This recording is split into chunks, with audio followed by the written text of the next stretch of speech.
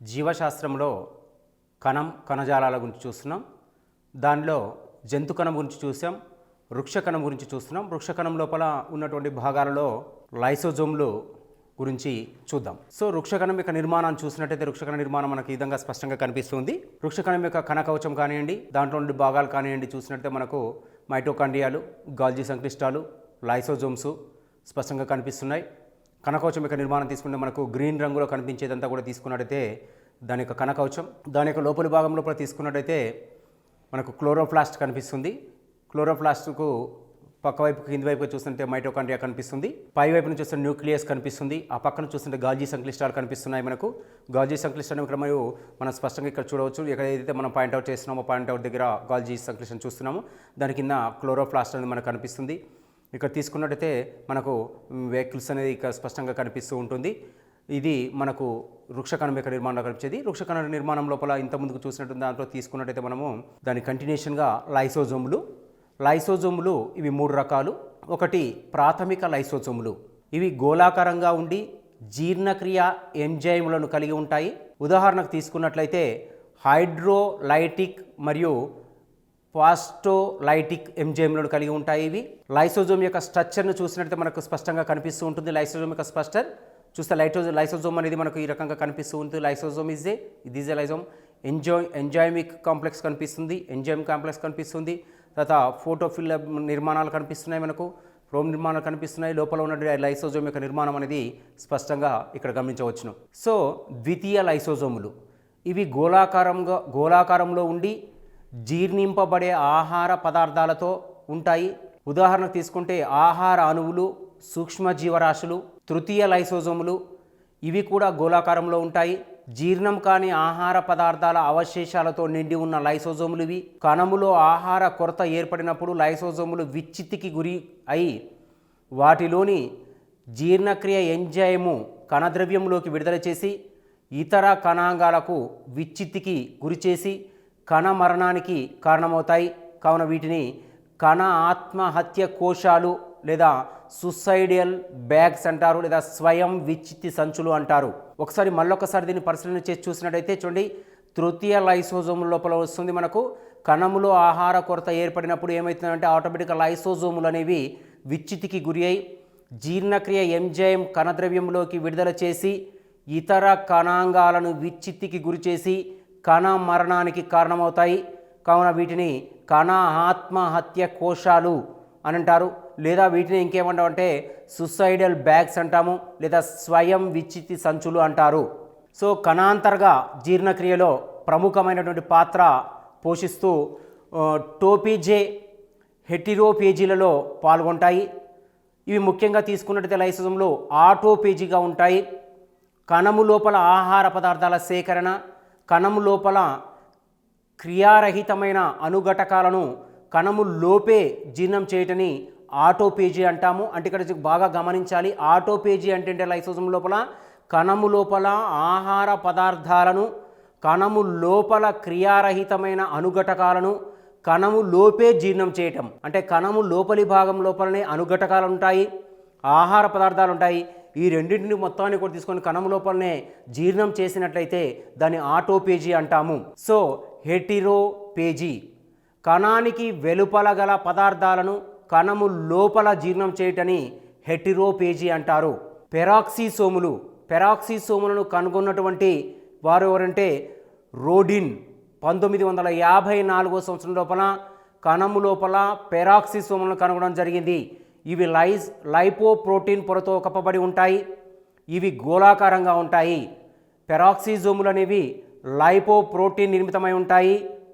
ఇవి గోళాకృతిలో ఉంటాయి, గుర్తుపెట్టుకోవాలి. పెరాక్సిసోములను కనుగొన్నటువంటి వారు ఎవరంటే రోడిన్.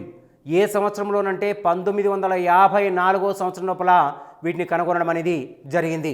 సో వీటిలో పెరాక్సిడేజ్ మరియు కార్టిలేజ్ అనే ఎంజైములు ఉంటాయి. పెరాక్సిజోములలో ఉండే ఎంజైములు ఏమిటి? పెరాక్సిజోములో ఉండే ఎంజైములు ఫెరాక్సిడేజ్ మరియు కార్టేజ్ అనేటువంటి ఎంజైములు పెరాక్సిజోములలో ఉంటాయి, గుర్తుపెట్టుకోవాలి. ఈ ఎంజైములు ఇవి కణము లోపల H2, O2 hydrogen peroxide H2O2 hydrogen peroxide వంటి విష పదార్థాల నుండి కణాన్ని రక్షిస్తాయి. H2O2 మనం ఎలా చూస్తామంటే H2O2. సో ఈ H2O2 అంటే హైడ్రోజన్ పెరాక్సైడ్ని మనం ఇక్కడ దీన్ని చూస్తాము. ఈ రూపం లోపల మనకు స్పష్టంగా కనిపిస్తుండడం అనేది జరుగుతుంది. ఒకవేళ కణము లోపలికి ఏమైనా విష పదార్థాలు కానీ విడుదలైనట్లయితే ఆ విష పదార్థాలని నాశనం చేయటం లోపల, విష పదార్థాలని తీయటం లోపల ఈ పెరాక్సిజోములు అనేవి మనకు ఉపయోగపడడం అనేది జరుగుతుంది. గ్లయాక్సిసోమ్స్ని మొట్టమొదటిసారిగా కనుగొన్నటువంటి వ్యక్తి బ్రాడెన్ బ్రాక్. 1967వ సంవత్సరం లోపల బ్రాడెన్ బ్రాక్ అనేటటువంటి వ్యక్తి గ్లయాక్సిసోములని కనుగొనడం జరిగింది. గోళాకార త్వచంచే కప్పబడి ఉంటుంది. క్రొవ్వు పదార్థాలు అధికంగా గల అంకురించే విత్తనాలలో అధికంగా ఉంటాయి. క్రొవ్వు పదార్థాల నుండి పిండి పదార్థాలుగా మార్చుటలో ఇవి పాల్గొంటాయి. అంటే చూడండి, ఇక్కడ లైపోప్రోటీన్ అంటే క్రొవ్వులను జీర్ణం చేసేవి లైఫేజ్లు, పిండి పదార్థాలను జీర్ణం చేసే అమైలేజ్లు, ఈ రెండూ కూడా తీసుకున్నట్లయితే ఇక్కడ మనకు గోళాకారంగా త్వచంతో కప్పబడి ఉంటుంది. క్రొవ్వు పదార్థాలు అధికంగా గల అంకురించే విత్తనాలలో అధికంగా ఉంటాయి. ఏవైతే క్రొవ్వు పదార్థాలు అధికంగా అంకురించే విత్తనాలు అంటే మొలికెత్తేటటువంటి విత్తనాలు, ఉదాహరణకు తీసుకున్నట్లయితే వేరుశెనగ విత్తనాల్లో తీసుకుంటే క్రొవ్వు పదార్థాలు ఎక్కువగా ఉంటాయి, ఫ్యాట్స్. సో అలాంటి వాటి లోపల ఇవి అధికంగా ఉంటాయి. ఈ కొవ్వు పదార్థాల నుండి పిండి పదార్థాలుగా మార్చుట లోపల గ్లయాక్సిసోములు అనేవి ఎక్కువగా ఉపయోగపడడం అనేది జరుగుతుంది. సో రిక్తికలు అనేది తీసుకుంటే రిక్తికలను చూసినట్టయితే మొదటిగా వీటిని స్పైలాంజినీ వృక్ష కణాల లోపల కనుగొన్నారు. ఇక్కడ రిక్తికలను కనుగొన్నటువంటి వారు ఎవరంటే స్పైలాంజినీ. ఈ స్పైలాంజినీ అనేటువంటి వ్యక్తి రిక్తికలను కనుగొన్నాడు. వృక్ష కణాల్లో ఇవి ఎక్కువగా ఉంటాయి. రిక్తికలు అనేవి వృక్ష కణాల్లో మాత్రమే ఉంటాయి. కణద్రవ్య రహిత భాగాల్లో ఉంటాయి. ఇవి రిక్తికలు అధిక శాతం నీరు గల కణరసములు లేదా టోనోప్లాజంతో నింపబడి ఉండడం అనేది జరుగుతుంది. సరే, రిక్తికలను కనుగొన్నటువంటి వారు ఎవరు? స్పైలాంజినీ అనేటువంటి వ్యక్తి రిక్తికలను కనుగొన్నాడు. వృక్ష కణాల్లో మాత్రమే రిక్తికలు కనిపిస్తాయి. కణద్రవ్య రహిత భాగాల లోపల రిక్తికలు ఉంటాయి. రిక్తికలు అధిక శాతం నీరు గల కణరసము లేదా టోనోప్లాజంతో నింపబడి ఉంటాయి. రిక్తికను ఆవరించిన త్వచాన్ని టోనోప్లాస్ట్ అంటారు. This is a very most important bit. Tonoplast అనగానేమి, ఇది ఎక్కడ ఉంటుంది? టోనోప్లాస్ట్ అంటే రిక్తికను ఆవరించి ఉండబడేటటువంటి త్వచాన్ని టోనోప్లాస్ట్ అంటారు. రిక్తికలకు ఆకారం అనేది ఉండదు. పరిమాణములో పెద్దవైన రిక్తికలు కణములో ఇంచుమించు కేంద్ర భాగాన్ని అంతా ఆక్రమించుట వలన కణద్రవ్యము కేంద్ర పరిధి వైపు నెట్టబడుతుంది. ఇక్కడ గమనించాలి, కేంద్ర పరిధి వైపు అంటే ఇక్కడ చూడండి, కేంద్రకం అంటే కణము లోపల వృక్ష కణంలో కేంద్రకం ఎక్కడైతే ఉంటుందో ఆ కేంద్రకం వైపుగా రిక్తికలు అనేవి నెట్టబడడం జరుగుతుంది. ఇలా నెట్టబడడం అనేది జరుగుతుంది, అంటే అంచు వైపు భాగం లోపల ఇవి నెట్టబడడం జరుగుతుంది. రిక్తిక రసములో యాంథోసయానిన్ అనేటటువంటి వర్ణక పదార్థం ఉంటుంది. రిక్తిక రసము లోపల pH మార్పుతో పాటు ఈ వర్ణక రంగు మారుస్తుంది. pH అంటే ఇక్కడ pH యొక్క గాఢత, రిక్తిక యొక్క రసం యొక్క pH మార్పుతో పాటు ఈ వర్ణక రంగు అనేది ఖచ్చితంగా మారుతూ ఉంటుంది. ఉదాహరణకు తీసుకుంటే వివిధ సమయాలలో యాంథోసయానిన్ ఎరుపు నీలము రంగుగా ఉంటుంది. ఉదాహరణకు తీసుకుంటే వర్ణాలలోకి మారడం జరుగుతుంది. అంటే ఇక్కడ ఏంటంటే చూడండి, రిక్తికా రసములో ఉండేటువంటి వర్ణక పదార్థం ఏమిటి? యాంథోసయానిన్ అనే వర్ణక పదార్థం రిక్తికా రసములో ఉంటుంది. రిక్తికా రసం యొక్క pH మార్పుతో పాటుగా రిక్తిక యొక్క రంగు అనేది మారుతుంది. వివిధ సమయాల లోపల యాంథోసయానిన్ అనేది ఎలా మారుతుంది అంటే ఎరుపు నీలపు రంగులోకి మారుతుంది. అంటే వర్ణాలలోనికి మార్పులు అనేది జరగడమే. వర్ణము మీన్స్ రంగు అనేది మార్పు జరుగుతూ ఉంటుంది. జీవక్రియ ఉత్పన్నాలు, వివిధ విసర్జన పదార్థాలు స్ఫటిక రూపములో రిక్తికల్లో ఉంటాయి. వివిధ పదార్థాలను రిక్తికలు నిల్వ చేస్తాయి. కావున వీటిని కణ భాండాగారము లేదా కణ రక్షణాశ్రయము అంటారు. కణ రక్షణాశ్రయాలు అని వేటిని అంటారు? రిక్తికలను అంటారు. ఇది బాగా గుర్తుంచుకోవాల్సిన విషయం. కణ రక్షణాశ్రయము రిక్తికలను అంటారు. కణములో శక్తి భాండాగారాలని వీటిని అంటారు, మైటోకాండ్రియాలు అంటారు. కణములో స్వయం విచ్చిత్తి సంచులని వేటిని అంటారు? లైసోజోములు అంటారు. అంటే ఇవి ఒక ఆర్డర్గా గుర్తుపెట్టుకోవాల్సిన అవసరం ఉంది. అంటే చదివేటప్పుడు కూడా ఎనాలిసిస్ బేస్డ్ లోపల అంటే ఇక్కడ చూడండి, కణ రక్షణాశ్రయాలు, కణములో ఉండేటటువంటి రక్షణాశ్రయాలు ఏమిటి అంటే కణములో శక్తి భాండాగారాలు ఏంటివంటే మైటోకాండ్రియాలు, కణములో స్వయం విచ్చిత్తి సంతులు ఏంటంటే లైసోసోములు. అంటే ఇక్కడ రిక్తికలు ద్రవాభిసరణను నియంత్రిస్తాయి. ద్రవాభిసరణను రిక్తికలు అనేవి నియంత్రణ చేయడం అనేది జరుగుతూ ఉంటుంది. జీవక్రియ ఉత్పన్నాలు వివిధ విసర్జన పదార్థాలు స్ఫటిక రూపంలో రిక్తికల్లో ఉంటాయి. ఇక్కడ క్వశ్చన్ ఎలా అడుగుతాడంటే జీవక్రియ ఉత్పన్నాలు వివిధ విసర్జన పదార్థాలు స్ఫటిక రూపములో వేటిలో ఉంటాయి? రిక్తికల్లో ఉంటాయి. సో కేంద్రకం అనేది ప్రతి కణములో కూడా చాలా ముఖ్యమైనటువంటి విధిని నిర్వర్తిస్తుంది. కేంద్రకాన్ని కనుగొన్నటువంటిది రాబర్ట్ బ్రౌన్ 1931. ఇంతకుముందుకే మనము పాఠ్యాంశం యొక్క ప్రథమ భాగం లోపల కేంద్రకాన్ని కనుగొన్నటువంటి వారి యొక్క చరిత్రను చూసాం. కేంద్రకం యొక్క నిర్మాణాన్ని రాబర్ట్ బ్రౌన్ కనుగొన్నాడు. కణములోని అన్ని క్రియలను నియంత్రించే గోళాకార నిర్మాణం ఇది. కణము యొక్క లోపలి భాగం మొత్తం నిర్మాణంలో కూడా తీసుకున్నట్టయితే నియంత్రించేటటువంటి భాగం కేంద్రకం ఉంటుంది. So this is a nucleus. కేంద్రక నిర్మాణం తీసుకుంటే ఎలా ఉంటుంది? కేంద్రక నిర్మాణం తీసుకున్నట్టయితే గోళాకృతిలో ఉంది. గోళాకృతిలో ఉన్నటువంటి కేంద్రకం లోపల ఏమున్నాయి అంటే దీని నిర్మాణంతో కూడా కేంద్రకాన్ని కణ మేధస్సు అని, మాస్టర్ కంట్రోల్ భాగమని లేదా dynamic centre of the cell అని కూడా దీన్ని అంటాము. కణ మేధస్సు, సెల్ బ్రెయిన్ అంటే కణానికి మొత్తానికి కూడా మేధస్సు లాంటిది ఏంటి అంటే ఇక్కడ సెల్. ఎందుకంటే కణం అనేది గుండ్రంగా ఉంటుంది. కణము లోపల భాగం లోపల తీసుకున్నట్టయితే ఉన్నటువంటి ఈ నిర్మాణాన్ని మనం ఏమంటామంటే కేంద్రకాంశము అంటాము. కేంద్రకం లోపల మొత్తం ఉన్నటువంటి దాన్ని కేంద్రకం, న్యూక్లియస్ అంటాం. సో ఈ న్యూక్లియస్ని మన నిర్మాణాన్ని చూసినట్టయితే స్పష్టంగా కనిపిస్తుంది. కేంద్రకాన్ని కణ మేధస్సు అని అంటారు. మాస్టర్ ఆఫ్ కంట్రోల్ భాగం అని దేన్ని అంటారు? కణం అంటే కేంద్రకాన్ని అంటారు. కేంద్రకంలో ముఖ్యమైన భాగాలు 4 ఉంటాయి. ఒకటి కేంద్రక త్వచం, ఇది నిజ కేంద్రక కణాలతో మాత్రమే ఉంటుంది. ఇది 2 త్వచాలతో ఉంటుంది. ఈ రెండింటి మధ్య ప్రదేశాన్ని పెరిన్యూక్లియర్ అంటారు. ప్రదేశం పరికేంద్రక స్థలం అని కూడా దీన్ని అనడం అనేది జరుగుతుంది. ఈ 2 త్వచాలు అవిచ్ఛిన్నముగా ఉండి రంధ్రయుత నిర్మాణాలను ఏర్పరుస్తాయి. వీటిని కేంద్రక రంధ్రాలు అంటారు. కేంద్రక రంధ్రాల ద్వారా కణద్రవ్యము, కేంద్రక ద్రవ్యములోని పదార్థాల రవాణా అనేది జరుగుతుంది. కేంద్రక ద్రవ్యములో ఏమి జరుగుతుంది అంటే పదార్థాల రవాణా జరుగుతుంది. 2 త్వచాలు అవిచ్ఛిన్నముగా ఉండి రంధ్రయుత నిర్మాణాలను ఏర్పరుస్తాయి. ఎక్కడ 2 త్వచాలు అంటే కేంద్రకంలో నుండి 2 త్వచాలు అనేటువంటి అంశాన్ని ఇక్కడ మనం గుర్తుంచుకోవాలి. రెండోది కేంద్రక ద్రవ్యం. దీనిని కేంద్రక మాతృక లేదా కార్యోప్లాజం అంటారు. దీనిలో గ్లైకోప్రోటీన్, రైబోన్యూక్లియో ప్రోటీన్లు, జల విశ్లేషక ఎంజైములు, డిఎన్ఏ, ఆర్ఎన్ఏ, క్రోమాటిన్ పదార్థాలు అనేవి కేంద్రక ద్రవ్యములో ఉంటాయి. కేంద్రక ద్రవ్యములో ఉండేటటువంటి భాగాలు ఇక్కడ ఏం చేస్తాడు చూడండి. క్వశ్చన్ ఎలా అడుగుతాడంటే కేంద్రక ద్రవ్యములో ఉండేటటువంటి భాగాలు. ఏ కేంద్రక ద్రవ్యము? వృక్ష కణము యొక్క కేంద్రక ద్రవ్యములో ఉండే భాగాలు ఏమిటి అంటాడు.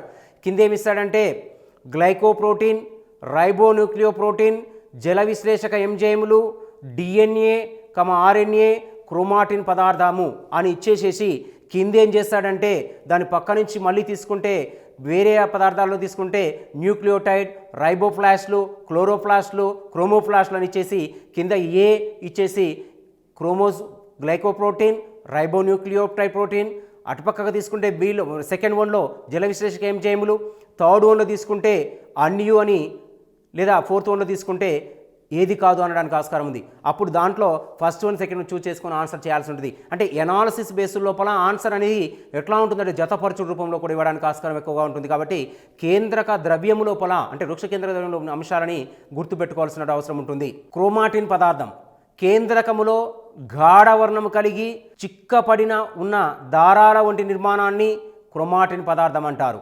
ఇది జాలాకార నిర్మాణంలో ఉంటుంది. చూడండి, ఈనెల వ్యాపనం చూస్తాం. ఈనెల వ్యాపనంలో జానాకార ఈనెల వ్యాపనం అంటాం. జాలాకారం అంటే వదులుగా ఉండడం. క్రోమాటిన్ పొర కూడా అదిగా ఉంటుంది. అంటే చేపలు పట్టే వల ఎట్లయితే ఉంటుందో ఆ రకంగా కనిపిస్తూ ఉంటుంది. కణ విభజన సమయంలో క్రోమోజోములుగా మారుతుంది. దీనిలో డిఎన్ఏ, హిస్టోన్ ప్రోటీన్లు ఉంటాయి. క్రోమోజోములను అభిరంజకం చేయుటకు ఉపయోగించు రంజనాలు అసిటోకార్మిన్, ఫ్యూయాలింటిన్ ఈ రెండు కూడా మనకు కనిపిస్తూ ఉంటాయి. సో వీటితో క్రోమోజోములను అభిరంజకము చేసినప్పుడు క్రోమాటిన్ చుట్టూ ఎక్కువగా ఉన్న ప్రదేశంని రంగు గ్రహించి గాఢ వర్ణంలోనికి మారుతుంది. దీన్ని హెటిరోక్రోమోటిన్ అని అంటారు. హెటిరోక్రోమోటిన్ అంటే ఏమిటి అంటే క్రోమోజోములను అభిరంజకం చేసినప్పుడు క్రోమాటిన్ చుట్టూ ఎక్కువగా ఉన్న ప్రదేశం ఎక్కువ రంగు గ్రహించి గాఢ వర్ణంలోనికి మారుతుంది. దీన్ని హెటిరోక్రోమాటిన్ అంటారు. హెటిరోక్రోమాటిన్లో తక్కువ క్రియాశీల పదార్థం అనేది ఉంటుంది. క్రోమాటిన్ చుట్టూ తక్కువగా ఉన్న భాగము తక్కువ రంగును గ్రహించి తేలిక వర్ణము కనిపిస్తాయి. దీన్ని యూక్రోమాటిన్ అంటారు.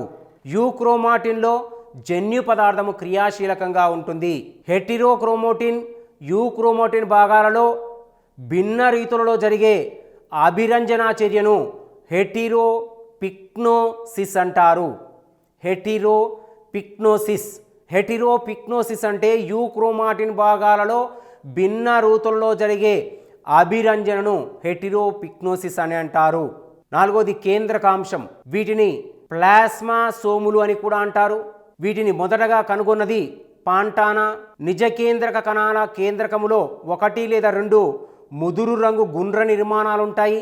వీటిలో ఆర్ఎన్ఏ, ప్రోటీన్లు, కొద్దిగా డిఎన్ఏలు ఉంటాయి. అంటే కేంద్రకాంశంలో అత్యధికంగా ఉండేవి ఏంటంటే ఆర్ఎన్ఏలు ఉంటాయి, ప్రోటీన్లు కూడా ఉంటాయి. అయితే కొద్ది భాగంలో మాత్రం తీసుకుంటే డిఎన్ఏ పదార్థం అనేది ఎక్కువగా ఉంటుంది. వృక్ష జంతు కణాల మధ్య భేదాలు. ఇప్పటివరకు మనం వృక్ష కణము, జంతు కణానికి రెండింటిని కూడా చూసుకుంటూ వచ్చాం. అయితే వృక్ష కణానికి, జంతు కణానికి మధ్య ఉన్నటువంటి భేదాలు ఏంటని చూసినట్టయితే వృక్ష కణం, జంతు కణం. కణకవచం తీసుకున్నట్లయితే వృక్ష కణంలో కణకవచం ఉంటుంది, జంతు కణంలో కణకవచం ఉంటుంది. ఇక్కడ గుర్తుపెట్టాలి, వృక్ష కణములో కణకవచం సెల్యులోజ్, హెమిసెల్యులోజ్, పెక్టిన్, సూబరిన్ లేక నిర్మితం వృక్ష కణంలో. జంతు కణంలో ప్లాస్మా త్వచం మాత్రమే ఉంటుంది. ఇక్కడ కణకవచం అనేది జంతు కణంలో ఉండదు, ప్లాస్మా పొర ఉంటుంది. Is a plasma membrane. రిక్తికలు వృక్ష కణంలో ఉంటాయి. జంతు కణాల్లో రిక్తికల యొక్క పని అనేది లేదు. రిక్తికలు అనేవి జంతు కణంలో ఉండవు. ప్లాస్టిడ్లు అనేవి తీసుకున్నట్లయితే వృక్ష కణాల్లో ప్లాస్టిడ్లు ఉంటాయి, కానీ జంతు కణాల్లో ప్లాస్టిడ్లు అనేవి ఉండవు. సెంట్రియోల్ అనేది వృక్ష కణంలో ఉంటుంది, కానీ జంతు కణంలో సెంట్రియోల్ అనేది ఉండదు. ఈ విషయాన్ని ఇక్కడ చూడాల్సిన అవసరం ఉంది. ఇక్కడ యానిమల్ సెల్, ప్లాంట్ సెల్, ఈ రెండింటికి మధ్యన చూసినట్టయితే మనకు రెండింటికి మధ్యన మన భేదాలు కనిపిస్తుంటాయి. These are a animal cell, these are a plant cell. ఈ రెండింటి మధ్యన తీసుకుంటే సెల్ వాల్ కనిపిస్తుంది, ఇక్కడ క్లోరోప్లాస్ట్లు కనిపిస్తున్నాయి. తర్వాత ఇక్కడ తీసుకుంటే ఇవన్నీ నిర్మాణాలు మొత్తం కూడా మనకు కనిపిస్తున్నాయి. ఎండోప్లాజ్మిక్ రెటిక్యులం, గరుకు అంతర్జీవనం, వీటిలో కూడా తీసుకో లైసోజోమ్ ఉన్నాయి. అంటే ఈ రెండింటికి మధ్యన భేదాలు కానీ తీసుకొని చూసినట్టుండి వృక్ష కణంలో కణకవచం ఉంటుంది, జంతు కణంలో కణకవచం ఉండదు. రిక్తికలు ఉంటాయి వృక్ష కణంలో, జంతు కణంలో రిక్తికలు ఉండవు. ప్లాస్టిడ్లు అనేవి వృక్ష కణంలో ఉంటాయి, కానీ జంతు కణంలో ప్లాస్టిడ్లు ఉండవు. సెంట్రియోల్ వృక్ష కణంలో ఉంటుంది, జంతు కణంలో సెంట్రియోల్ ఉంటుంది. ఒకటే ఒక భేదం ఏంటంటే ఇక్కడ చూడండి, జంతు కణం లోపల కణకవచము, రిక్తికలు, ప్లాస్టిడ్లు ఉండవు. జంతు కణంలో సెంట్రియోల్ ఉంటుంది. అంటే కణ విభజన, సెంట్రియోల్ అనేది కణాన్ని విభజన చేసేటటువంటిదని చెప్పాం. వృక్ష కణంలో తీసుకుంటే కణకవచము, రిక్తికలు, ప్లాస్టిడ్లు ఉంటాయి, సెంట్రియోల్ ఉండదు. ఈ ఒక్క భేదం అనేది గుర్తుపెట్టుకుంటే, అంటే సెంట్రియోల్ అనేది వృక్ష కణంలో ఉండదు, జంతు కణంలో ఉంటుంది. మిగతా 3 జంతు కణంలో ఉండవు, వృక్ష కణంలో ఉంటాయి. ఇది ఈ రెండింటికి మధ్య ప్లాంట్ సెల్, యానిమల్ సెల్స్కి మధ్య ఉన్నటువంటి భేదాలు. ఈ భేదాలు తీసుకుంటే ఇక్కడ కేంద్రకం ఉంటుంది, ఇక్కడ కేంద్రకం ఉంటుంది, ఇక్కడ కేంద్రకాంశం ఉంటుంది, ఇక్కడ కేంద్రకాంశం ఉంటుంది. తర్వాత దీని యొక్క నిర్మాణ భేదాలు తీసుకుంటే రెండింటిలో కూడా మనకు స్పష్టమైనటువంటి నిర్మాణాలు అవి మాత్రం కనిపిస్తాయి. ఇక్కడేమో గట్టి కణకవచం అనేది కనిపిస్తుంది యానిమల్ ఇది ప్లాంట్ సెల్ లోపల, కానీ వృక్ష కణం లోపల చూస్తే ఎలాంటి కణకవచం అనేది లేదు. చూడండి, ఇక్కడ కణకవచం అనేది లేదు, జస్ట్ ఏంది ప్లాస్మా మెంబ్రైన్, ప్లాస్మా పొర అనేది మాత్రం కనిపిస్తుంది. ఇక్కడ తీసుకుంటే గట్టి కణకవచం అనేది కనిపిస్తుంది. ఇది వృక్ష కణానికి, జంతు కణానికి మధ్య ఉన్నటువంటి భేదాలు. తర్వాత కణ విభజన. సో కణ విభజన తీసుకున్నట్లయితే కణ అనువంశికత సిద్ధాంతాన్ని ప్రతిపాదించింది ఆర్ విశ్రా. కణచక్రం. కణములో జన్యు పదార్థము రెట్టింపు కావడము, కణ అణుఘటకాల ఉత్పత్తి మొదలైన ప్రక్రియలు వరుస క్రమంలో జరిగి ఫలితంగా చివరకు ఒక తల్లి కణము 2 పిల్ల కణాలుగా విడిపోయే ప్రక్రియను కణచక్రము అంటారు. Cell cycle. So cell cycle ఎలా ఉంటుంది అంటే కణములో జన్యు పదార్థము రెట్టింపు కావడము, కణ అణుఘటకాల ఉత్పత్తి మొదలైన ప్రక్రియలు వరుస క్రమములో జరిగి ఫలితంగా చివరకు ఒక తల్లి కణము 2 పిల్ల కణాలుగా విడిపోయేటటువంటి ప్రక్రియనే కణచక్రము అంటున్నాము. సో కణచక్రము లోపల నిర్మాణంగా తీసుకుంటే మనకు దీంట్లో 2 దశలు మనకు స్పష్టంగా కనిపిస్తాయి. ఒకటి అంతరదశ, రెండవది సమవిభజన. అంతరదశలో తిరిగి మళ్ళీ మనకు 3 దశలు కనిపిస్తాయి. ఒకటి జీవన్ దశ. జీవన్ దశని దీన్ని గ్యాప్ అంటాము. సుమారుగా ఇది 5 గంటల వరకు జరుగుతుంది, 5 గంటల సమయం పడుతుంది దీనికి. రెండవది ఎస్ దశ. ఎస్ దశ మీన్స్ సింథసిస్ దశ. ఇది 7 గంటల సమయం పడుతుంది పూర్తి కావడానికి. తర్వాత G2 దశ, దీన్ని గ్యాప్ 2 దశ అంటాము. ఇది సుమారుగా 3 గంటల సమయం పడుతుంది ఈ కణ చక్రం దశ లోపల. సమవిభజన. సమవిభజన తీసుకుంటే కేంద్రక విభజన, దీన్ని కేరియోకైనసిస్ అంటారు. తర్వాత రెండవది కణద్రవ్య విభజన, సైటోకైనసిస్. సో సమవిభజనలో 2 పార్ట్స్ ఉన్నాయి మనకు. ఒకటి కేంద్రక విభజన, రెండవది కణద్రవ్య విభజన, కైరియోకైనసిస్, తర్వాత సైటోకైనసిస్. సో మళ్ళీ తీసుకుంటే కేంద్రక విభజన కైరియోకైనసిస్ అనేది తిరిగి మళ్ళీ మనకు 4 దశలుగా ఉంటుంది. ప్రథమ దశ 1, మధ్య దశ, చలన దశ, అంత్య దశ. ఎక్కడైతే మనకు ఎల్లో స్పాట్ కనిపిస్తుందో అక్కడ చూడొచ్చు. ప్రథమ దశ, మధ్య దశ, చలన దశ, అంత్య దశ. ఇది కణచక్రంలో జరిగేటువంటి, మనం చెప్పాం కణచక్రము అనేది. కణచక్రంలో జన్యు పదార్థం రెట్టింపు కావడము, కణ అణుఘటకాల ఉత్పత్తి మొదలైన ప్రక్రియలు వరుస క్రమంలో జరిగి ఫలితంగా చివరకు ఒక తల్లి కణము 2 పిల్ల కణాలుగా విడిపోయే ప్రక్రియను కణచక్రం అంటారు. ఇది కణచక్రం జరిగేటటువంటి విషయం మనకు. దీంట్లో కణచక్రం ఎట్లా ఉంటుందనేది మనం స్పష్టంగా ఈ 2 దశల లోపల మనం చూడవచ్చును. సో ఇక్కడ అంతరదశ. అంతరదశని ఏమంటామంటే దీనినే విరామ దశ అని అంటారు. విరామ దశ అని అంటారు. ప్రతి 2 కణ విభజనలకు మధ్యగా ఇది జరుగుతూ ఉంటుంది. ఇది సమవిభజన మరియు సమవిభజన, క్షయకరణ విభజన రెండింటిలోనూ అంతర్దశ అనేది మనకు ఉంటుంది. అంతే తీసుకుంటే ఈ దశలో కణము కణ విభజనను అభివృద్ధికి అవసరమయ్యేటటువంటి వివిధ పదార్థాలను ఉత్పత్తి చేస్తుంది. అంటే DNA, ప్రకృతి, అదేవిధంగా ఒక వరుస లోపల క్రమము లోపల ఇది జరుపుతూ ఉంటుంది. సమవిభజన అనంతరం పిల్ల కణాలు అనేవి అంతర్దశలోకి వెళ్ళిపోతాయి. తర్వాత ఇది తీసుకుంటే సమవిభజన, క్షయకరణ రెండింటిలోని అంతర్దశ ఉంటుంది అనుకుంటున్నాం. ఈ సమవిభజన తర్వాత తీసుకుంటే మళ్ళీ తిరిగి ఇది మరలా 3 దశలుగా వర్గీకరించబడుతుంది. ఒకటి ఏంటంటే G1 దశ, రెండవది ఎస్ దశ, మూడవది G2 దశ. ఇంతకుముందుకి చూసాం మనం ఇక్కడ.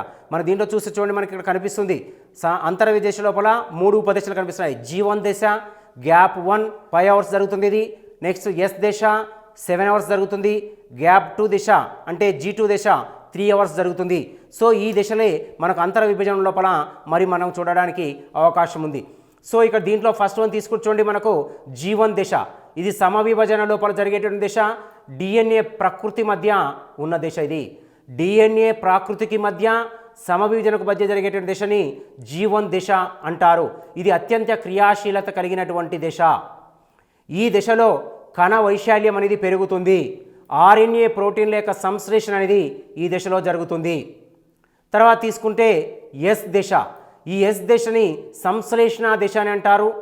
ఈ దశలో DNA ప్రకృతి జరుగుతుంది. తర్వాత DNA పరిమాణం రెట్టింపు అవుతుంది. క్రోమోజోముల సంఖ్య కూడా రెట్టింపు కాదు. ఇక్కడ గుర్తుపెట్టుకొని ఎస్ దశ లోపల సంశ్లేషణ దశ లోపల గుర్తుపెట్టుకోవాల్సిన అవసరం ఏంటంటే దీని లోపల DNA పరిమాణం మాత్రం పెద్దదవుతుంది. క్రోమోజోముల సంఖ్య అనేది రెట్టింపు కాదు. అంతర్దశలో ఇది ప్రముఖ పాత్రను పోషిస్తూ ఉంటుంది. తర్వాత G2 దశ. ఈ G2 దశను ఏమంటామంటే ఈ దశలో RNA ప్రోటీన్ సంశ్లేషణ అనేది జరుగుతుంది. సో ఇక్కడ తీసుకున్నట్టయితే నూతనంగా వివిధ కణాంగాలు ఇక్కడ G2 దశలో G2 దశ లోపల ఏర్పడతాయి. క్రోమోజోముల సంచలనానికి కండే పరికరం ఉత్పత్తికి అవసరమైన శక్తి కొరకు ATP అణువుల సంశ్లేషణ G2 దశ లోపల జరుగుతుంది. ఇది G2 దశలో జరిగేటటువంటి విషయము. తర్వాత నెక్స్ట్ తీసుకున్నట్లయితే సమవిభజన. దీన్ని M దశ అని అంటాము. సమవిభజన. సో సమవిభజనలో ఆల్రెడీ మనం చూసాం. సమవిభజనలో 2 దశలు ఉన్నాయి మనకు. ఒకటి కేంద్రక విభజన, కరియోకైనసిస్, తర్వాత కణద్రవ్య విభజన. ఈ 2 దశలు కూడా సమవిభజన లోపల మనకు కనిపిస్తూ ఉంటాయి. సమవిభజనని M దశ అంటాము. సమవిభజనను జంతు కణాలలో కనుగొన్నది వాల్టర్ ఫ్లెమింగ్ అనేటటువంటి వ్యక్తి సమవిభజనని జంతు కణాలలో కనుగొన్నాడు. వృక్ష కణాల్లో కనుగొన్నది స్ట్రాస్బర్గ్. 1879 సంవత్సరం లోపల సమవిభజనని కనుగొంటుంది. సమవిభజనకు ఇతరుల పేర్లు తీసుకున్నట్టయితే చూసినట్టయితే దీనిలో పెరుగుదల విభజన, శాఖీయ విభజన లేదా కణదేహ విభజన అని దీని అనడం అనేది జరుగుతుంది. ఈ రకంగా మనకు సమవిభజన లోపల మార్పులు అనేవి కనిపిస్తూ ఉంటాయి. సమవిభజన లోపల ఈ మార్పుల యొక్క చక్రం అనేది తీసుకున్నట్లయితే మనకు ప్రత్యక్షంగా దీని నిర్మాణాలు అనేవి మనకు కనిపిస్తూ ఉంటాయి. ఈ నిర్మాణాలను మొత్తం కూడా తీసుకున్నట్టయితే కేంద్రకం యొక్క దిశ లోపల చూసినట్టయితే కణదేహం లోపల దిశలు చూసినట్టయితే ఒకటి కేంద్రక విభజన, మన దాంట్లో మనం 4 దిశలు అనుకున్నాం. ఒకటి కేంద్రక విభజన, సమవిభజనలో దిశలో తీసుకుంటే కేంద్రక దీన్ని కైరియోకైనెసిస్ అంటాము. కైరియోకైనెసిస్లో తీసుకుంటే 4 ఉపదిశలు కనిపిస్తాయి. ప్రథమ దిశ, మధ్య దిశ, చలన దిశ, అంతిమ దిశ. ప్రోఫేజ్, మెటాఫేజ్, అనాఫేజ్, టెలోఫేజ్ 4 దిశలనేవి మనకు సమవిభజన యొక్క కేంద్రక విభజనలో 4 దిశలు స్పష్టంగా కనిపిస్తాయి. దీనిలో ఫస్ట్ వన్ ప్రథమ దిశ, ప్రోఫేజ్. ఇది కేంద్రక విభజనలో మొదటి దిశగా చెప్పుకోవచ్చు. ఈ దిశలో కేంద్రకం యొక్క మాత్రికలో క్రోమోజోములు సన్నంగా వలలుగా అల్లుకొని ఉంటాయి. క్రోమోజోములు కుదించబడి ఉంటాయి. పొట్టిగా దళసరిగా అమరిపరచబడి ఉంటాయి. ప్రతి క్రోమోజోమ్ నిలువుగా చీలి క్రోమాటిడ్లుగా రూపొందించబడుతుంది. 2 క్రోమాటిడ్లు సెంట్రోమియర్కు అత్తుకొనబడి ఉంటాయి. కేంద్రక త్వచము, కేంద్రకాంశము క్రమంగా కరిగిపోతాయి. కేంద్రక త్వచము, కేంద్రకాంశము అదృశ్యమయ్యే దశ ఏది? సమవిభజనలో ప్రథమ దిశ. ఇక్కడ బాగా గుర్తుపెట్టుకోవాలి అభ్యర్థులు. ప్రథమ దిశ లోపల కేంద్రక త్వచము, కేంద్రకాంశము 2 కూడా కరిగిపోతాయి, అదృశ్యమవుతాయి. అలా అదృశ్యమయ్యేటటువంటి దశ ప్రథమ దిశ. కావున క్రోమోజోములు కణ ద్రవ్యములో చెల్లాచెదురుగా తేలియాడుతూ ఉండడం అనేది జరుగుతుంది. ఇది సమవిభజనలోని ప్రథమ దిశలో కైరియోకైనెసిస్లో జరిగే దిశ. తర్వాత మధ్య దిశని మెటాఫేజ్ అంటాము. ఈ దశలో 2 ముఖ్యమైనటువంటి మార్పులు జరుగుతాయి. ఒకటి ఏంటంటే విద్రువ కండెపోగులు ఏర్పడి అవి కైనిటోకోర్ ప్రాంతములో అతుక్కుంటాయి. విద్రువ కండేపోగులు ఏర్పడతాయి. ద్విధ్రువ కండేపోగులు అనేవి ఏర్పడి అవి అతుక్కోబడతాయి. తర్వాత కండేపోగుల సహాయంతో క్రోమోజోముల మధ్యస్థ పలకము లేదా రేఖీయ పలకం మీద అమర్చబడడం జరుగుతుంది. ఈ దశలో జంతు కణాలలో సెంట్రియోల్ కేంద్రకానికి 2 ధ్రువాల వైపుకు చెల్లిస్తుంది. ఈ దశ లోపల కండేపోగుల సమూహంతో ఎప్పుడైతే మనకు పక్కకు జరుగుతుందో సెంట్రియోల్ అనేది 2గా విభజన చెంది ఇది ఏమవుతుందంటే సెంట్రియోల్ కేంద్రకానికి 2వ వైపుకు చెల్లించడం జరుగుతుంది. అక్కడి నుండి సూక్ష్మ కణాలన్నీ కలిసి దాదాపుగా పోచల వలె ఇవి నిర్మాణాలు ఏర్పడతాయి. వీటిని కండే తంతువులు అంటారు. కండే తంతువులు ఏర్పడేటటువంటి దశ మధ్య దశ, సమవిభజనలోని మధ్య దశ. ఈ దశలో వృక్ష కణాల్లో సెంట్రియోల్ ప్రత్యక్షమవుతుంది. వృక్ష కణాల్లో సెంట్రియోల్ ప్రత్యక్షమయ్యే దశ ఏంటిది? మధ్య దశ. ఇక్కడ సమవిభజనలో వృక్ష కణాల లోపల సెంట్రియోల్ ప్రత్యక్షమయ్యే దశ మధ్య దశ. సెంట్రియోల్ విభజన చెందే దశ జంతు కణం లోపల మధ్య దశ. ఇక్కడ డిఫరెంటేషన్ గుర్తుపెట్టుకోవాలి అభ్యర్థులు. మధ్య దశ లోపల జంతు కణంలో తీసుకుంటేనేమో సెంట్రియోల్ విభజన చెందుతుంది. అదే మధ్య దశ లోపల వృక్ష కణంలో తీసుకున్నట్టయితే సెంట్రియోల్ తిరిగి ప్రత్యక్షమవుతుంది. కండే తంతువులుగా ఏర్పడి సూక్ష్మ నాళికలు ట్యూబలిన్ ప్రోటీన్తో ఏర్పడి ఉంటాయి. అంతేకాకుండా కండేపోగులు 3 రకాలుగా ఇక్కడ ఏర్పడడం జరుగుతుంది. సో కండేపోగులు అనేవి ఈ దశ లోపల మనకు 3 రకాలుగా ఏర్పాటు కావడం అనేది జరుగుతుంది. సో ఈ 3 రకాల్లో తీసుకుంటే అవిచ్ఛిన్న కండేపోగులు, క్రోమోజోమ్ కండేపోగులు, అంతరమండల కండేపోగులు. అవిచ్ఛిన్న కండేపోగులు, క్రోమోజోమ్ కండేపోగులు, అంతరమండల కండేపోగులని 3 రకాలుగా విభజించబడుతుంది. కండే తంతువుల నుండి సెంట్రియోల్ని, కండే తంతువులతో కూడిన సెంట్రియోల్ని ఆస్టర్ అంటారు. కండే తంతువులతో కూడిన సెంట్రియోల్ని ఆస్టర్ అంటారు. మధ్య దశలో కణద్రవ్యములో చెల్లాచెదురుగా ఉన్న క్రోమోజోముల మధ్య దశ రేఖ వైపుకు ఇవి చెల్లిస్తాయి. వీటిని కైనిటోకోర్లు అంటారు. క్రోమోజోముల్లోని కైనిటోకోర్ల మధ్య రేఖకు సమాంతరంగా అమరి ఉండిన బాహు అణువులు లేదా బహుభుజ ధ్రువాలు అనేవి ధ్రువం వైపుకు నెట్టబడతాయి.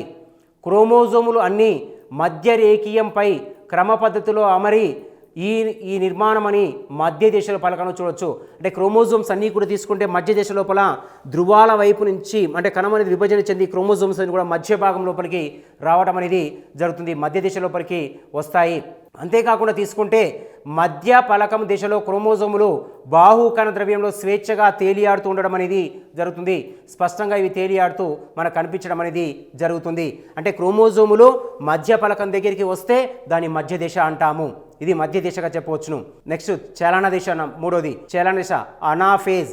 ఈ దశలో 2 ముఖ్య క్రియలు జరుగుతాయి. ఒకటి ఏంటంటే సెంట్రోమియర్ 2 సమభాగాలుగా విడిపోయి క్రోమాటిడులుగా విడిపోతాయి. చలన దశ లోపల సెంట్రోమియర్ అనేది 2 సమభాగాలుగా విభజించుతుంది, 2 భాగాలుగా మధ్యకి విడిపోతుంది, విడిపోయి 2 క్రోమాటిడులుగా తయారవుతుంది. 2 క్రోమాటిడ్ మీన్స్ 2 సన్నపు పోచలుగా విడిపోతుంది. రెండోది విడిపోయిన క్రోమాటిడులు పిల్ల క్రోమోజోములుగా ధ్రువాల వైపు చెల్లిస్తాయి. క్రోమోజోమ్ మధ్య భాగంలో ఉంది అంటే కణాల మధ్య భాగం విడిపోయాయి, 2 సెంట్రోమియర్ సమభాగాలు విడిపోయాయి.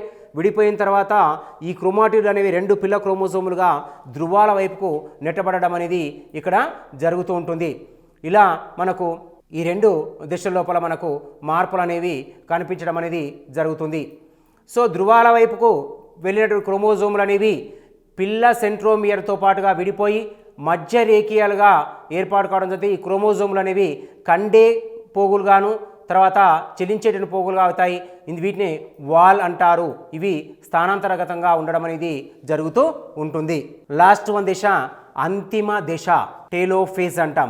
ఈ దశలో వచ్చే మార్పులు ప్రథమ దశ అంతములో జరిగిన మార్పులకు వ్యతిరేకంగా ఉంటాయి. ప్రథమ దశ లోపల తీసుకున్నట్లయితే మనకు ఏవైతే జరిగాయో అవన్నీ కూడా ఇక్కడ వ్యతిరేకత ఉంది.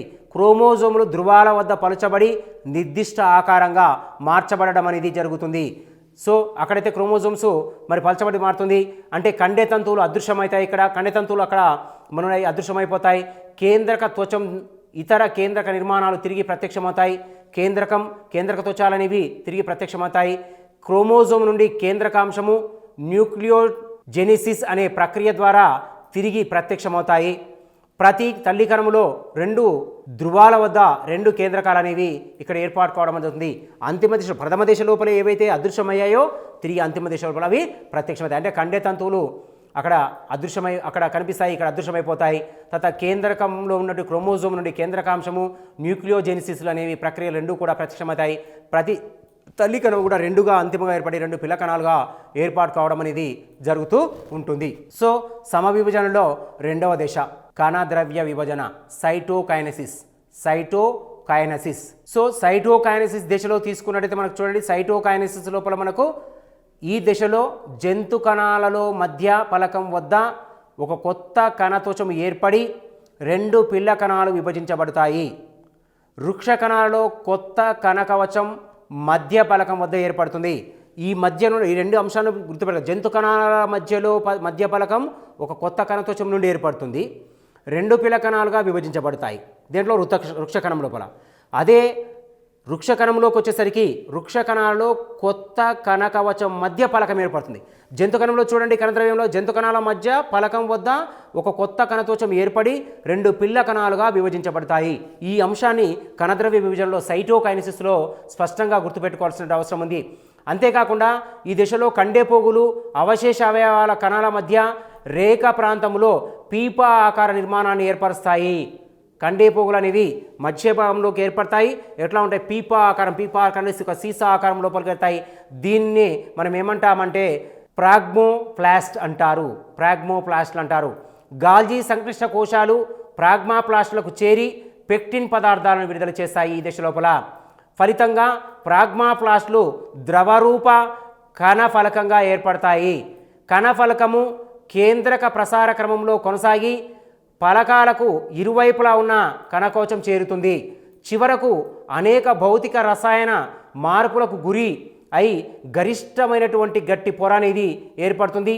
దీన్ని మధ్య పటలిక అని అంటారు. మధ్య పటలిక ఇరువైపులా ప్రాథమిక కణకవచాలు రూపొందించబడి అనంతరం పిల్ల కణాలుగా విభజన చెందడానికి ఆస్కారం ఉంటుంది. కణద్రవ్య విభజనను కణం ఏర్పాటు ద్వారా జరిగే విభజన పద్ధతి అని అంటారు. ఇది కణద్రవ్య విభజనలో జరిగేటటువంటి ప్రథమమైనటువంటి అంశంగా చూడవచ్చు. తర్వాత క్షయాకరణ విభజన, మియాసిస్. క్షయాకరణ విభజన, దీన్ని మియాసిస్ అంటాము. సో క్షయాకరణ విభజన, మియాసిస్. క్షయాకరణ విభజనను ప్రవేశపెట్టింది జేబీ ఫార్మర్. 1905 సంవత్సరం లోపల జేబీ ఫార్మర్ క్షయాకరణ విభజన ప్రవేశపెట్టాడు. జేఈ మూలే క్షయాకరణ విభజనలో క్రోమోజోముల సంఖ్య మాతృకణాల సంఖ్య నుండి పిల్ల కణాలకు సగానికి తగ్గించబడతాయని గుర్తించినటువంటి ఇది ఎవరంటే ఆగస్టు వైస్మ్యాన్ 1887 సంవత్సరం లోపల. ఇక్కడ క్షయాకరణ విభజన అంటేనే మనకు ప్రవేశపెట్టినటువంటి వారు జేబీ ఫార్మర్ 1905లో.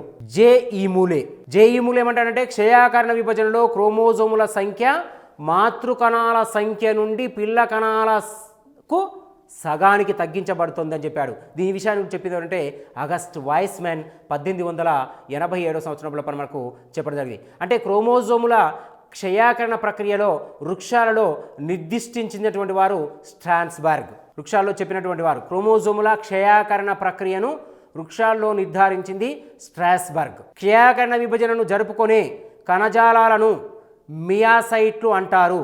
క్షయాకరణ విభజన లైంగిక ప్రత్యుత్పత్తి జరుపుకునే జీవులలో ప్రత్యుత్పత్తి కణాల లోపల జరుగుతుంది.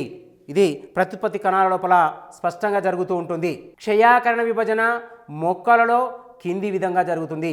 ఆవర్త బీజాలు పరాగ కోశాలలోని భాగాల్లో జరుగుతుంది. పరాగ రేణువులు మాతృకణం సూక్ష్మసిద్ధ బీజంగా విభజన చెందుతాయి. బీజ మాతృకణంలో అండములోని అండాంతస్థ కణజాలం జరుగుతుంది. కణజాలం నుంచి తీసుకున్నట్లయితే కణజాలం నుంచి రూపొందించిన స్థూలసిద్ధ బీజ మాతృకణాల్లో జరుగుతుంది.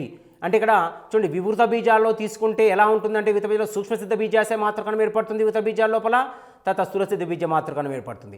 ఆవర్త బీజాల్లో తీసుకుంటే పరాగకోశాల్లోని పరాగరేణు మాతృకణము సూక్ష్మసిద్ధ బీజ మాతృకంలోనికి మార్చబడుతుంది. తర్వాత అందులో అండాంతస్థ కణజాలం నుంచి రూపొందించిన సూక్ష్మసిద్ధ బీజాలు ఏర్పాటు కావడం జరుగుతుంది. సో బ్రయోఫైటా, టెరిడోఫైటాలో సూక్ష్మసిద్ధ బీజ మాతృకణాల్లో జరుగుతుంది. వివృత బీజాలను తీసుకున్నట్లయితే ఇంతకు చెప్పుకున్న వివృత బీజాల్లో సూక్ష్మసిద్ధ బీజ మాతృకణం, స్థూలసిద్ధ బీజ మాతృకణం. బ్రయోఫైటా, టెరిడోఫైటాల్లో సిద్ధ బీజ మాతృకణాలు. తాలోఫైటా మొక్కల్లో సంయోగ బీజాల్లో క్షయాకరణ విభజన జరుగుతుంది. తాలోఫైటాల్లో క్షయాకరణ విభజన ఎక్కడ జరుగుతుంది క్వశ్చన్ అడగడానికి అవకాశం ఉంటుంది. తాలోఫైటా లోపల సంయోగ బీజాల లోపల క్షయాకరణ విభజన జరుగుతుంది. అదే బ్రయోఫైటా, టెరిడోఫైటాల్లో ఎక్కడ జరుగుతుంది? సిద్ధ బీజ మాతృకణంలో జరుగుతుంది.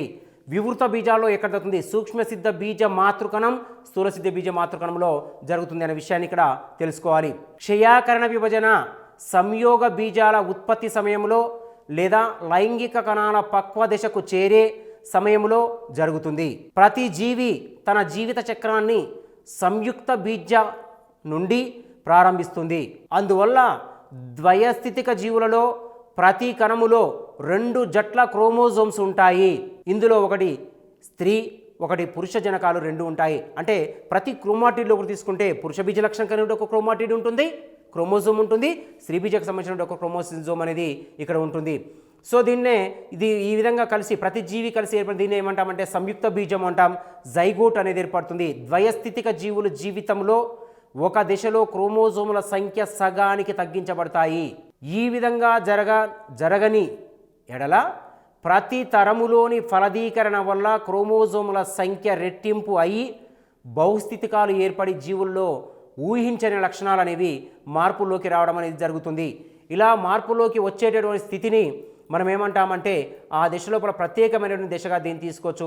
ఇలా ఏర్పడినటువంటి ఫలదీకరణ ఫలితం క్రోమోజోముల సంఖ్య అనేది రెట్టింపయి బహుస్థితికాలుగా మారడం అనేది జరుగుతుంది. క్షయాకరణ యొక్క విభజన యొక్క ముఖ్యాంశాలు తీసుకున్నట్టయితే క్షయాకరణ విభజనలో ముఖ్యాంశాల్లో తీసుకుంటే 2 దశలలో జరుగుతుంది క్షయాకరణ విభజన.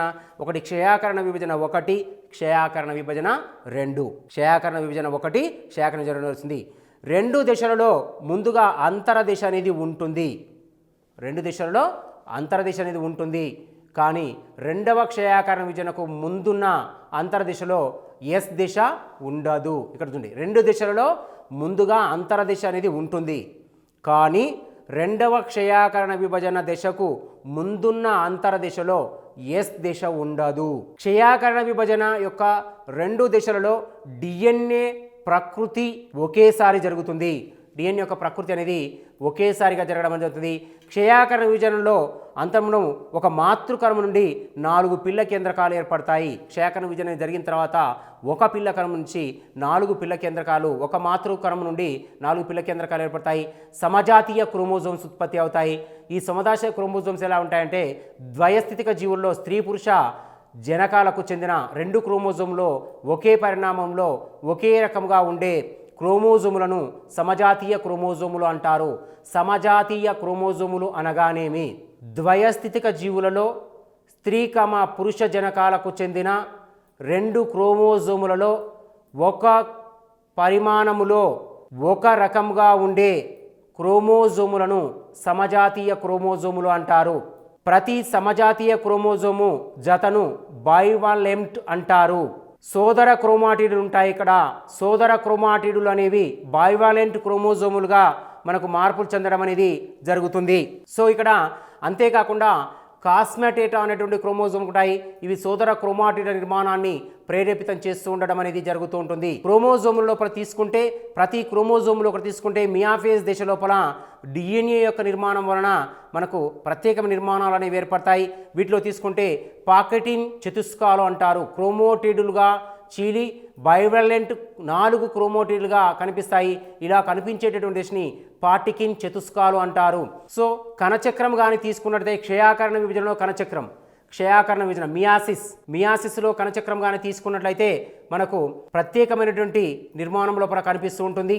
ఈ ప్రత్యేకమైన నిర్మాణంలో తీసుకుంటే దీంట్లో కూడా తీసుకుంటే మనకు కణ విభజన, తర్వాత కణద్రవ్య విభజన, తర్వాత కేంద్రక విభజన 2, తర్వాత కేంద్రక ద్రవ్య విభజన కనిపిస్తుంది. దీంట్లో ప్రథమ దిశ, మధ్య దిశ, చలన దిశ, తర్వాత అంతరదిశ, తర్వాత లెప్టోస్టోములు, తర్వాత లైంగికమైన ప్రకృతి విధానాలు అనేవి దీంట్లో మనకు ప్రత్యేకంగా కనిపిస్తూ ఉంటాయి. క్షయాకరణ విభజన 2, క్షయాకరణ విభజన 1లో మనకు కనిపించే విషయాలు చూసాం. ఇదంతా కూడా క్షయాకరణ విభజన 1లో 2లో కనిపించేటివి. 2లో తీసుకుంటే ఇవన్నీ కూడా కనిపిస్తూ ఉంటాయి. మనకు అంతరంలో ఒక మాతృకణం నుండి 4 పిల్ల కణాలు ఏర్పడతాయి. క్షయాకరణ విభజన 2లో తీసుకున్నట్లయితే అంతరంలో ఒక నుంచి 4 పిల్ల కణాలు అనేవి ఏర్పాటు కావడం అనేది జరుగుతుంది. ఈ సమజాతీయ క్రోమోజోములు ద్వయస్థితిక జీవులు స్త్రీ పురుష కణాల నుంచి ఏర్పడి ఒకే పరిమాణంలో ఒకే రకంగా ఉండే క్రోమోజోములు సమజాతీయ క్రోమోజోములు అంటారు. ఇవి ఏర్పడతాయి. తర్వాత బైవాలెంట్ సోదర క్రోమాటిడ్లు, సోదరిత క్రోమాటిడ్లు, కయాస్మేటా, పాకిటియో చతుస్కాలు ఏర్పడతాయి. ఇది క్షయాకరణ విభజనలో తీసుకుంటే మియాసిస్ 1, మియాసిస్ 2 2 దశలు ఇక్కడ మనకు కనిపిస్తాయి. దీంట్లో తీసుకుంటే మియాసిస్ 1, మియాసిస్ 2లో తీసుకుంటే మనకు ప్రత్యేకంగా తీసుకుంటే ఇక్కడ మనకు ప్రత్యేక కేంద్రక విభజన 1 మనకు కణద్రవ్య విభజన కనిపిస్తుంది. తర్వాత కేంద్రక విభజన 2 అంటే మియాసిస్ 1, మియాసిస్ 2లో తీసుకుంటే వేరువేరు నిర్మాణాలు అనేవి మనకు కనిపిస్తున్నాయి. మియాసిస్ 1. సో మియాసిస్ 1లో తీసుకుంటే చూడండి, మొదటి క్షయాకరణ విభజన భిన్న రూపక విభజన అనేది ఇక్కడ జరుగుతుంది. మొదటి క్షయాకరణ విభజన లోపల దీనిలో కేంద్రక విభజన 1లో తీసుకుంటే దీనిలో 4 దశలు కలవు. ఈ దశలలో మియాసైట్లలో ఉండే క్రోమోజోముల సంఖ్య సగానికి తగ్గించబడుతుంది. దీంట్లో ప్రథమ దశను తీసుకున్నట్లయితే ఇది ఎక్కువగా సమయాన్ని కలిగి ఉంటుంది. దీనిలో జరిగే క్రోమోజోముల మార్పు ఆర్జితవంతంగా తిరిగి 5 దశలుగా వర్గీకరించడం అనేది జరిగింది. అవి ఏంటంటే 1 లెప్టోటిన్, జైగోటిస్, పాకెటిన్, డిప్లోటిన్, డయోకైనసిస్. సో ఇక్కడ లెప్టోటిన్ అంటే ఏంటంటే ఈ దశ లోపల కేంద్రకం పరిమాణం పెరుగుతుంది. జైగోటిన్లో తీసుకుంటే జైగోటిన్ యొక్క నిర్మాణాన్ని కానీ మనం తీసుకొని చూసినట్టయితే జైగోటిన్ యొక్క నిర్మాణం లోపల ఈ దశలో సమజాతీయ క్రోమోజోములు బైవలెంట్గా ఉంటాయి. సమజాతీయ క్రోమోజోములు అన్ని కూడా తీసుకుంటే బైవలెంట్గా కనిపిస్తుంటాయి జైగోటిన్ దశ లోపల. అంతేకాకుండా దీనిని అనుదైర్ఘ్య సంధాన సూత్రం సమయుగ్మంగా చేయవచ్చును. అనుదైర్ఘ్య సంధానం సూత్ర సంయుగ్మం అని అంటారు దీన్ని జైగోటిన్ దశని. తర్వాత అంతేవిధంగా తీసుకుంటే సమజాతీయ క్రోమోజోములు జతలుగా ఏర్పడి ప్రారంభ స్థానం ఆధారంగా అనుదైర్ఘ్య సంధానము చేసి 3 రకాలుగా ఇవి ఏర్పడతాయి. దాంట్లో తీసుకున్నట్టే అనుదైర్ఘ్య సంధానం ఏంటి, ప్రోట్మానెల్ అనుదైర్ఘ్య సంధానము, ప్రోస్టెంట్రిక్ అనుదైర్ఘ్య సంధానము, తర్వాత ర్యాండమ్ లేదా ఇంటర్మీడియట్ అనుదైర్ఘ్య సంధానం అనే 3 రకాలుగా ఉంటుంది. తర్వాత సి తీసుకున్నట్టయితే మనకు పాకెటిన్ దశ. ఇది ముఖ్యమైన దశ. దీన్ని జన్యు పునఃసంయోజక దశ అంటారు. సో ఈ దశ లోపల ప్రతి క్రోమోజోము 2 క్రోమాటిడ్లుగా చీలి బైవాలెంట్కు 4 క్రోమాటిడ్లను కనిపిస్తాయి. వీటిని పాకెటిన్ చతుస్కాలు అంటారు. బైవాలెంట్లోని ప్రత్యక్ష సోదర క్రోమాటిడ్లు 2 లేదా ఎక్కువ ప్రదేశాల్లో అతుక్కుంటాయి. ఈ అతుక్కునే స్థానాలను కస్మటేటా అంటారు. కస్మటేటా స్థానాల్లో ఎండోన్యూక్లియేజ్ ఎంజైమ్ చర్య వలన క్రోమాటిడ్లు ముక్కలుగా విభజన చెందడం జరుగుతుంది. విరిగిన స్త్రీ పురుష జనకాలు చెందిన క్రోమాటిడ్లు పరస్పరం స్థాన మార్పిడి చెంది లైగేజ్ అనే ఎంజైమ్ వల్ల అతుక్కుంటాయి. ఈ విధంగా స్త్రీ పురుష సోదర క్రోమాటిడ్ల మధ్య జన్యు మార్పిడి జరగడాన్ని పరాగతి అంటారు. పరాగతి ఫలితంగా జన్యువు పునఃసంయోజనం ఏర్పడుతుంది. దీనిని జీవ పరిణామం ఏర్పడుతుంది. పాకిటిన్ దశ అని ఈ దశ కంటే ఎక్కువ సమయాన్ని తీసుకుంటుంది. ఈ దశలో కొన్ని రోజులు లేదా సంవత్సరాల కాలం పడుతుంది. ఇది మనకు పాకిటిన్ దశలో జరిగేటటువంటి మార్పులు. తత డిప్లోటిన్ క్రోమోజోముల జతల మధ్య ఉండే పోటినిమల్ సంక్లిష్టము నిర్మాణం కరిగిపోయిన క్రోమోజోముల నిరాకష అనేది ఇక్కడ ఏర్పడుతుంది.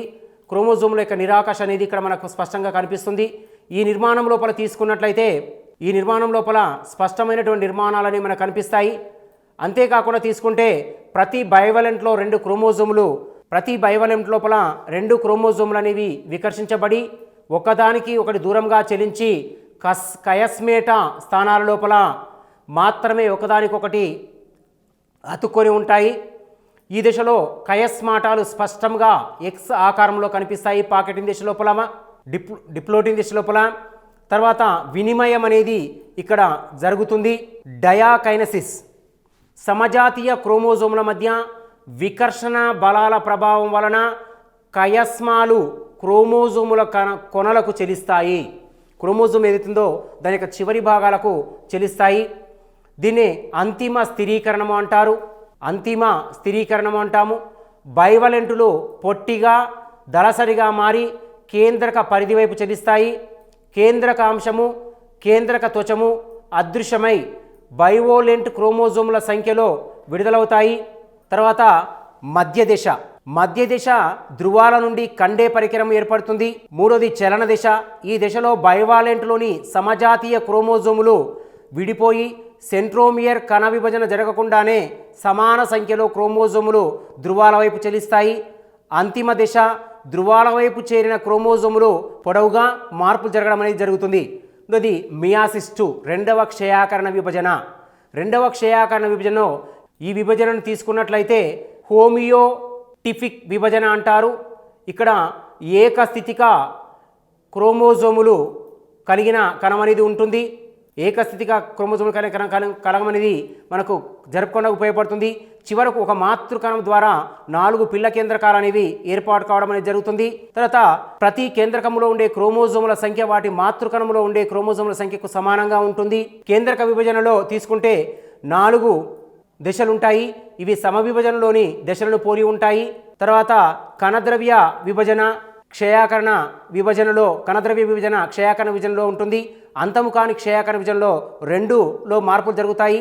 క్షయాకరణ విభజన లాభాలు తీసుకుంటే ఒక జాతిలో ప్రతి తరములో క్రోమోజోముల సంఖ్యను నిర్దిష్టంగా నిర్ధారించుకుంటుంది. సమవిభజన లాభాలు తీసుకుంటే ఏకకణ జీవుల్లో ప్రత్యుత్పత్తికి ఉపయోగపడుతుంది. జీవుల పెరుగుదలలో సమవిభజన జరుగుట వలన కణము యొక్క పరిమాణం స్థిరంగా ఉంటుంది. పిల్ల కణాలు తల్లి కణము వలె ఉండటం వలన జన్యు సమగ్రత సంరక్షించబడుతుంది. దేహంలో ప్రతి కణములో క్రోమోజోముల సంఖ్య నిర్దిష్టంగా ఉంటుంది. మొక్కలలో చెడిపోయిన కణజాలాలు తిరిగి ఏర్పడుట శాఖీయ ఉత్పత్తికి ఉపయోగపడుతుంది. సమవిభజన క్షయాకరణ విభజన మధ్య భేదాలు. సమవిభజన ఏకస్థితిక ద్వైస్థితిక కణాలు రెండింటిలో జరుగుతుంది. క్షయాకరణ విభజన ద్వైస్థితిక కణాల్లో మాత్రమే జరుగుతుంది. సమవిభజన శాఖీయ లేదా దేహ కణాలలో జరుగుతుంది. క్షయాకరణ విభజన ఇది ప్రత్యుత్పత్తి కణాల్లో మాత్రమే జరుగుతుంది. కేంద్రక విభజన ఒకేసారి జరుగుతుంది. కేంద్రక విభజన 2 సార్లు జరుగుతుంది. పిల్ల కణాలు మాతృ కణాలను పోలి ఉంటాయి. పిల్ల కణాలు మాతృ కణాలకు భిన్నమైన పోలికలను కలిగి ఉంటాయి. సమవిభజన క్రోమోజోముల జతలు ఏర్పడతాయి. సమజాతీయ క్రోమోజోములు జతలుగా ఏర్పడి బైవాలెంట్గా మారుతాయి. కయస్మాటాల పరాగతి జరగవు. సోదర క్రోమాటిడ్ల మధ్య కయస్మాట పరాగతి జరుగుతుంది. పిల్ల కేంద్రకంలో ఉండే క్రోమోజోముల సంఖ్యలో ఎటువంటి భేదము ఉండదు. క్రోమోజోముల సంఖ్య సగానికి తగ్గించబడుతుంది. శాఖీయ కణాల్లో మాత్రమే సమవిభజన జరుగుతుంది. క్షయాకరణ విభజన తీసుకుంటే ప్రత్యుత్పత్తి కణాల్లో జరుగుతుంది. మొక్కలలో పురుషుల సంయోగ బీజ మాతృకణం, స్త్రీ సంయోగ బీజ మాతృకణాల లోపల ఇది జరుగుతుంది. మొక్కల్లో శాఖీయ కణాలు వేరు కాండం లోపల మాత్రమే సభజం జరుగుతుంది. అదే క్షయాకరణ విభజన తీసుకుంటే ప్రత్యుత్పత్తి కణాల్లో జరుగుతుంది. మొక్కలలో పురుష సంయోగ బీజ మాతృకణము జంతువులలో పురుష ప్రత్యుత్పత్తి అవయవాలు స్త్రీ ప్రత్యుత్పత్తి అవయవాల్లో జరుగుతుంది. తర్వాత ఇది సమవిభజనకు క్షయాకరణ విభజనకు మధ్య ఉండబడినటువంటి భేదము. అంటే ఈ భేదాలను కానీ మనం పరిశీలన చూస్తే టోటల్గా సమవిభజన క్షయాకరణ విభజనకు మధ్య ఉన్న భేదాలు ఏంటి, సమవిభజనలో ఏ దశలు ఉన్నాయి, క్షయాకరణ విభజనలో ఏ దశలు ఉన్నాయి, సమవిభజన ఎలా జరుగుతుంది, క్షయాకరణ విభజన ఎలా జరుగుతుంది అనే విషయం చూస్తే చూడండి, సమవిభజన అనేది ఏకస్థితిక ద్వైస్థితిక కణాలు రెండింటిలో కూడా జరుగుతుంది. కానీ ద్వైస్థితిక కణాల్లో మాత్రమే క్షయాకరణ విభజన జరుగుతుంది. పిల్ల కణాల సంఖ్య రెట్టింపు అయ్యే దశ క్వశ్చన్ క్షయాకరణ విభజనలో పిల్ల కణాలు జరుగుతాయి. సోదరేతర క్రోమోటిడ్ల మధ్య కయస్మాట పరాగ ఎక్కడ జరుగుతుంది, క్షయాకరణ విభజనలో జరుగుతుంది. శాఖీయ భాగాల్లో జరిగే విభజన సమవిభజన. సో మొక్కలలో శాఖీయ భాగాలు ఏ ఏ భాగాల్లో జరుగుతుంది సమవిభజన అంటే వేరు కాండము పత్రాల లోపల జరుగుతుంది. మరి క్షయాకరణ విభజన ఎక్కడ జరుగుతుంది, ప్రత్యుత్పత్తి కణాల లోపల జరుగుతుంది. ఈ ప్రత్యుత్పత్తి కణాలు పురుష సంయోగ బీజాలు స్త్రీ సంయోగ బీజాలు మాతృకణాల లోపల ఈ ప్రత్యుత్పత్తి విధానాలు అనేవి జరుగుతాయి. ఇది మనకు జంతువుల్లో కణము కణజాలాల లోపల తీసుకున్నట్లయితే వృక్ష కణము జంతు కణము, తర్వాత క్షయాకరణ విభజన సమవిభజన, క్షయాకరణ విభజనకు సమవిభజనకు మధ్య ఉన్నటువంటి భేదాలు వాటిలో ఉన్నటువంటి విధానాలు. తర్వాత ఇదే చాప్టర్ లోపల మనం తీసుకుంటే నెక్స్ట్ క్యాన్సర్ ఉంది. దాని తర్వాత మరి జంతువుల కణజాల నిర్మాణాలు కూడా ఉన్నాయి. అవి తర్వాత క్లాస్ లోపల చూద్దాం. సో ప్రశ్న అనేది ఎక్కడి నుంచి అడిగినా దాన్ని చేసే విధంగా చూడాలంటే సమవిభజన క్షయాకరణ విద్య మధ్య రెండింటిని తేడాలను చూసుకున్నట్టయితే దాంట్లో వచ్చిన అంశాలని స్పష్టంగా రెక్టిఫై చేసి ఆన్సర్ చేయడానికి అవకాశం ఎక్కువగా ఉంటుంది.